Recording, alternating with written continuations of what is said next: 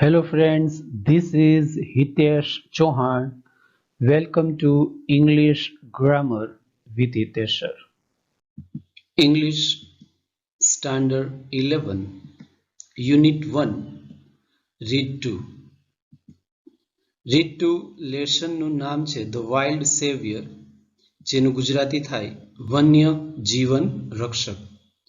વિદ્યાર્થી મિત્રો, આ પાઠના પાર્ટ 1 અને પાર્ટ 2 એ બંને પાર્ટના વિડીયોમાં આપણે વાઇલ્ડ સેવિયર એટલે કે વન્ય જીવન રક્ષક વિગતવાર આખો પાઠ આપણે સમજી લીધો. ત્યારબાદ પાર્ટ 1, 2 એન્ડ 3 એ એક્સ્ટ્રેક્ટ એટલે કે પેરેગ્રાફ વાંચી અને જે પ્રશ્નો પૂછાય તેના જવાબ કેવી રીતે લખવા એના પણ 3 પાર્ટ આપણે શીખી ગયા છે. જો આપે હજુ એ વિડીયોઝ ન જોયો હોય તો આઈ બટન પર ક્લિક કરી અને તમે તે વિડીયોઝ જોઈ શકો છો. એક્સ્ટ્રેક્ટ પછી હવે જોઈએ સરળ ભાષામાં શોર્ટ નોટ્સની સમજૂતી, એ પણ અઘરા સ્પેલિંગ સાથે. શોર્ટ નોટ આપણને ખ્યાલ છે કે પ્રશ્નપત્ર મુજબ પાઠ્યપુસ્તકમાં ડિટેલ સ્ટડીમાં જે પાઠ આપેલા છે એમાંથી જ આ શોર્ટ નોટ્સ પૂછાય છે. ટૂંક નોંધ એટલે કે શોર્ટ નોટ લખવા માટે પરીક્ષામાં પોઈન્ટ્સ આપેલા હોય છે. આ પોઈન્ટ્સ છે ક્વેશ્ચન્સ સ્વરૂપે આપેલા હોય છે અથવા તો અમુક ક્લૂઝ આપેલા હોય છે અને આ વાંચી અને શોર્ટ નોટ આપણે લખવાની હોય છે. જો તમે પ્રશ્ન સ્વરૂપે પોઈન્ટ્સ આપેલા હોય અને પ્રશ્નોના ઉત્તર જ લખી નાખો તો પણ આખી શોર્ટ નોટ બની જાય. તો જોઈએ શોર્ટ નોટ્સ.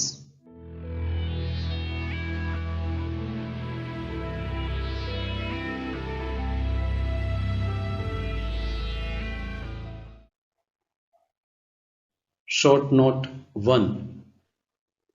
શોર્ટ નોટ 1 નું નામ છે અલીભાઈ. એમાં પોઈન્ટ્સ આપેલા છે. અહીં પોઈન્ટ્સ છે એ ક્વેશ્ચન્સ સ્વરૂપે આપેલા છે. 5 પોઈન્ટ છે એટલે કે 5 ક્વેશ્ચન્સ જ છે. What was Alibhai? અલીભાઈ શું હતા એટલે કે અલીભાઈનો વ્યવસાય શું હતો? હિઝ અપિયરન્સ તેનો દેખાવ કેવો હતો, તે કેવા લાગતા હતા? વોટ ડીડ હી સેલ તે શું વેચતા હતા? Was he a stranger to Ramsingh's family? Give reason શું રામસિંગના કુટુંબ માટે તે અજાણી વ્યક્તિ હતા? કારણ આપો. 5th Why did he stay at Ramsingh's home? રામસિંગના ઘેર તે શા માટે રોકાયા? વિદ્યાર્થી મિત્રો, આ 5 પોઈન્ટ્સ અથવા તો 5 ક્વેશ્ચન્સ છે. જો આના નાના તમે ઉત્તર આપી દો તો શોર્ટ નોટ આખી બની જાય. તો જોઈએ આપણે short notes. What was Alibhai? તો અહીં લખેલું છે Alibhai was a traveller. Traveller એટલે યાત્રી. અલીભાઈ યાત્રી હતા. He went from village to village, town to town in the mountains. તે પર્વતીય વિસ્તારોમાં આવેલ એક નગરથી બીજા નગર, એક ગામથી બીજા ગામ જતા. He loved to observe nature. Observe એટલે નિહાળવું. તેને કુદરત નિહાળવું ગમતું. His appearance તેનો દેખાવ કેવો હતો?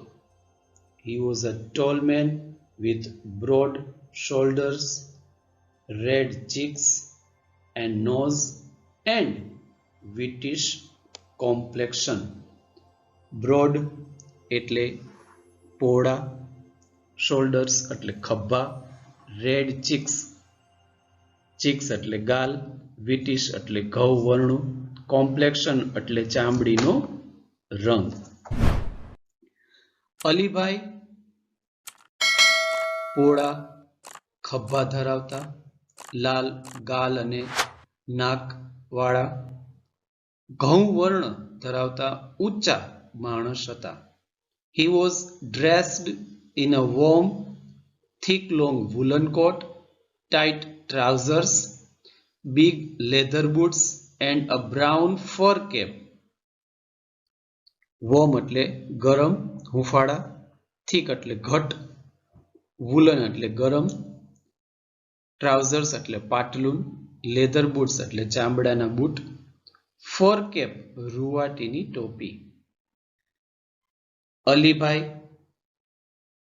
જાડા લાંબા ગરમ કોટ,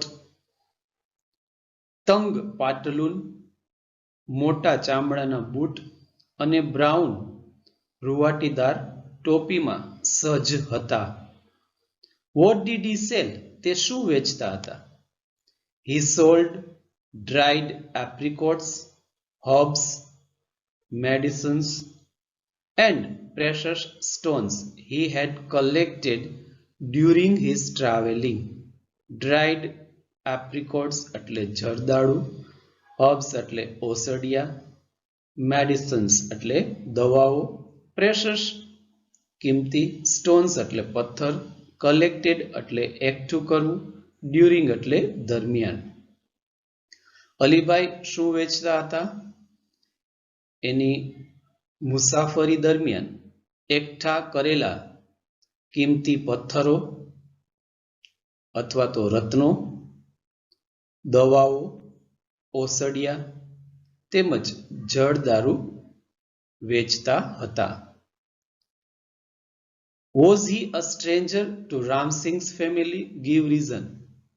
તો અહીંયા આપણે રીઝન આપીએ તો when Alibhai went to Ram Singh's house, જ્યારે અલીભાઈ રામસિંહના ઘરે ગયા, Ramsinh welcomed him very warmly. રામસિંહે ખૂબ જ ઉષ્માભર્યું તેનું સ્વાગત કર્યું. અલીભાઈ was insist એટલે આગ્રહ કરવો. અલીભાઈને આગ્રહ કરવામાં આવ્યો to stay for more days, થોડા વધારે દિવસો રોકાવા માટે, and tell them to his traveling experiences, અને તેનો જે મુસાફરીનો અનુભવ છે એ બધા અનુભવો આ લોકોને કહેવા માટે કીધું કે થોડા વધારે દિવસ રોકાવો એવો આગ્રહ કર્યો. તો છેલ્લો જે પોઈન્ટ્સ છે, why did he stay at Ram Singh's home? શા માટે તે રોકાણા? તો અહીં છે કે અલીભાઈ વોઝ ઇન્સિસ્ટેડ, એને આગ્રહ કરવામાં આવ્યો to stay for more days, વધારે દિવસ રોકાવા માટે, and tell them to his travelling experiences, અને એના મુસાફરીના અનુભવો છે એ તેઓને કહે. So he told them his one experience, તેથી અલીભાઈએ તેઓને એક એનો અનુભવ કહ્યો. How he saved his life, તેણે પોતાનો જીવ કેવી રીતે બચાવ્યો. when the mother leopard and the huge bear fought, જ્યારે માદા ચિત્તા અને કદાવર રીછ બેયની લડાઈ ચાલતી હતી ત્યારે અલીભાઈએ પોતાનો જીવ કેવી રીતે બચાવ્યો તે અનુભવ તેઓને કહ્યો. Short note 2. બીજી શોર્ટ નોટ છે how the mother leopard saved her cubs. માદા ચિત્તાએ કેવી રીતે તેણીના બચ્ચાને બચાવ્યા. ઓર fight between the mother leopard and the huge bear, માદા ચિત્તા અને કદાવર રીછ વચ્ચે લડાઈ. આમાં પણ 5 પોઈન્ટ્સ, 5 ક્વેશ્ચન્સ આપેલા છે. એમાં first one, when did the huge bear come? કદાવર રીછ ક્યારે આવ્યું? Where were the mother leopard at that time? જ્યારે આ કદાવર રીછ આવ્યો ત્યારે તે સમયે માદા ચિત્તા ક્યાં હતી? What was the reaction of the mother leopard when she saw the huge bear? Reaction એટલે પ્રતિક્રિયા. જ્યારે માદા ચિત્તાએ કદાવર રીછને જોયું ત્યારે આ માદા ચિત્તાની પ્રતિક્રિયા શું હતી? Write a few sentences about the fight between the mother leopard and the huge bear. માદા ચિતા અને કદાવર રીંછ વચ્ચેની જે લડાઈ છે તેના વિશે થોડા વાક્યો લખો. Fifth, what did the mother leopard do after coming back to her cubs? માદા ચિતા તેણીના બચ્ચા પાસે પાછી ફરી ત્યારે શું કર્યું? પોઈન્ટ્સ પ્રમાણે આપણે આન્સર લખીએ. When the cubs were playing on the slope of the mountains, slope એટલે ઢાળ, જ્યારે પર્વતમાળાના ઢાળ પર બચ્ચાઓ રમતા હતા ત્યારે the huge black bear came growling from the trees. huge એટલે કદાવર, growling એટલે ઘુરકવું. ત્યારે કદાવર કાળું રીંછ ઘુરકતું વૃક્ષોની પાછળથી આવ્યું. and rushed towards the cubs. rushed એટલે ધસી જવું, towards એટલે ની તરફ, અને બચ્ચાની તરફ ધસી ગયું. at that time તે સમયે the mother snow leopard was a little away. માદા હિમચિતા તેઓથી થોડી દૂર હતી. but soon પણ તરત જ she sprang up in the air. sprang એટલે કૂદવું. તેણી હવામાં કૂદતી આવી. and landed straight on the bear fiercely and fearlessly. landed એટલે ના પર પડવું, straight એટલે સીધું, fiercely ક્રૂરતાથી, fearlessly ડર્યા વગર. અને માદા ચિતા સીધી જ ક્રૂરતાથી અને ડર્યા વગર રીંછ પર પડી. The bear lost his balance. રીંછ પોતાનું સંતુલન ગુમાવી બેઠું.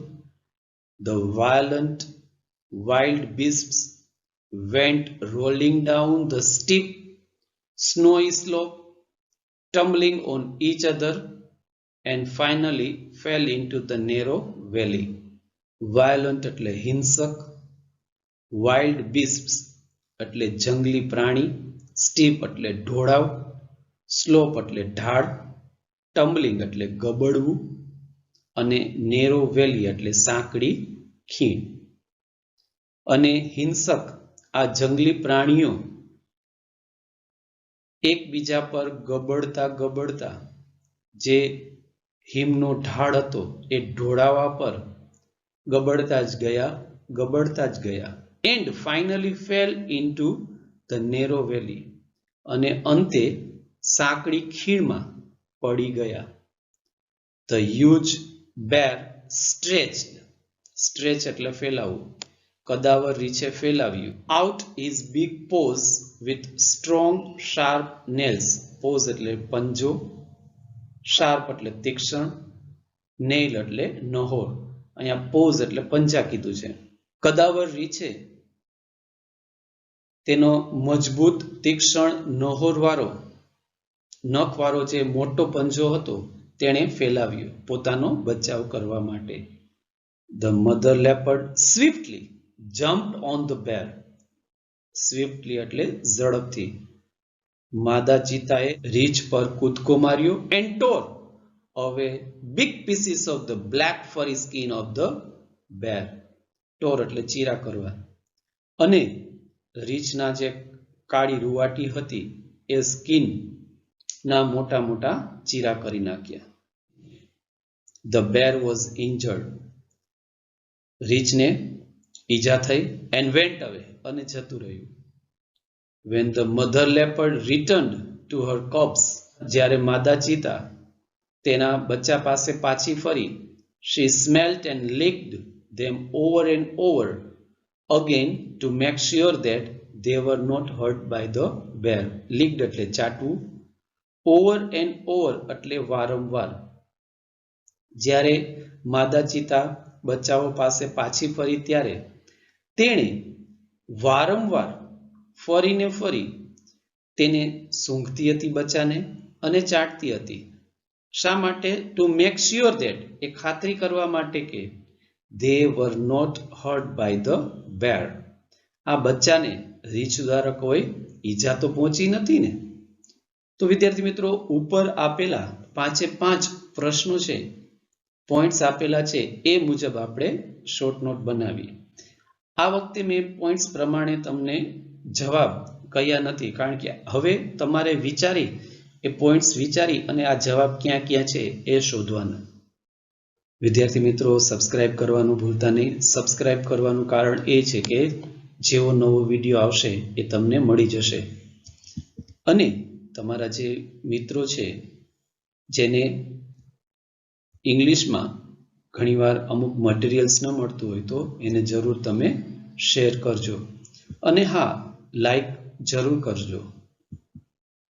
હવે પછીનો નેક્સ્ટ વિડીયો હશે યુનિટ 2 રીડ 1. Thank you.